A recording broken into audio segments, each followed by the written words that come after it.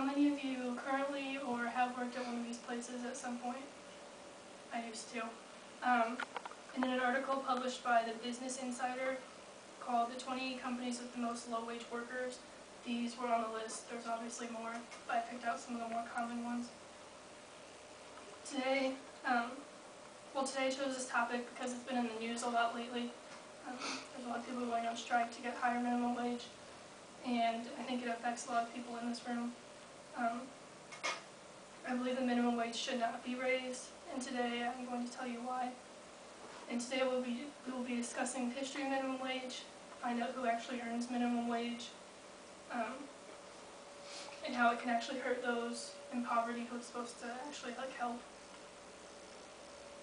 The history of minimum wage: Congress in 1838 made the first minimum wage as part of the Fair Labor Standards Act, and it's varied over the years. The most recent raise was in 2007. It went from $5.15 an hour to $7.25 an hour.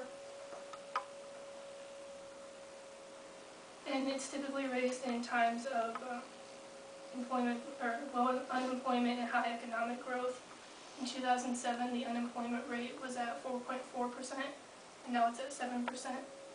And that was from the Heritage Foundation, What is Minimum Wage? Its History and Effects on the Economy. And this is a graph just kind of showing how it's varied over the years. You can see in 2007 it went up, and the graph was from the U.S. Department of Labor Wage, Hour, and Division. So who earns minimum wage? In 2011 and 2012, 3.7 million Americans reported earning minimum wage, which is only 2.9% of all workers in the United States. And 2/3 of these workers live in homes twice above the poverty line. So really, people who are in poverty don't really work in minimum wage jobs. It's not that common. And people who earn minimum wage typically fall into two categories: younger and still in school, like all of us, and older who just finished school and can't find a job in their career field yet. So it's mostly just people trying to earn some extra money. That was from the Bureau of Labor and Statistics, as cited in What is Minimum Wage? Its History and Effects on the Economy. Minimum wage jobs are typically a learning job. It gets you into the workforce and earning some extra money. It can teach you skills necessary for future careers, like waking up early, working with customers, taking directions from your boss. And typically once you gain these necessary skills and become good at them, that's when you ask for a raise, which is also another valuable skill. Increasing the minimum wage can actually decrease employment because businesses will have to cut back on the amount of employees that they have because they want to hire more skilled employees, and so those who have more experience. Now it's from AEI, now is not the time to raise the minimum wage. And in a study by Michael Reek and Sylvia Alfredo, it shows that states with the minimum wage above the federal law, so $7.25, actually have a very slow employment growth because the businesses are cutting back on their employees.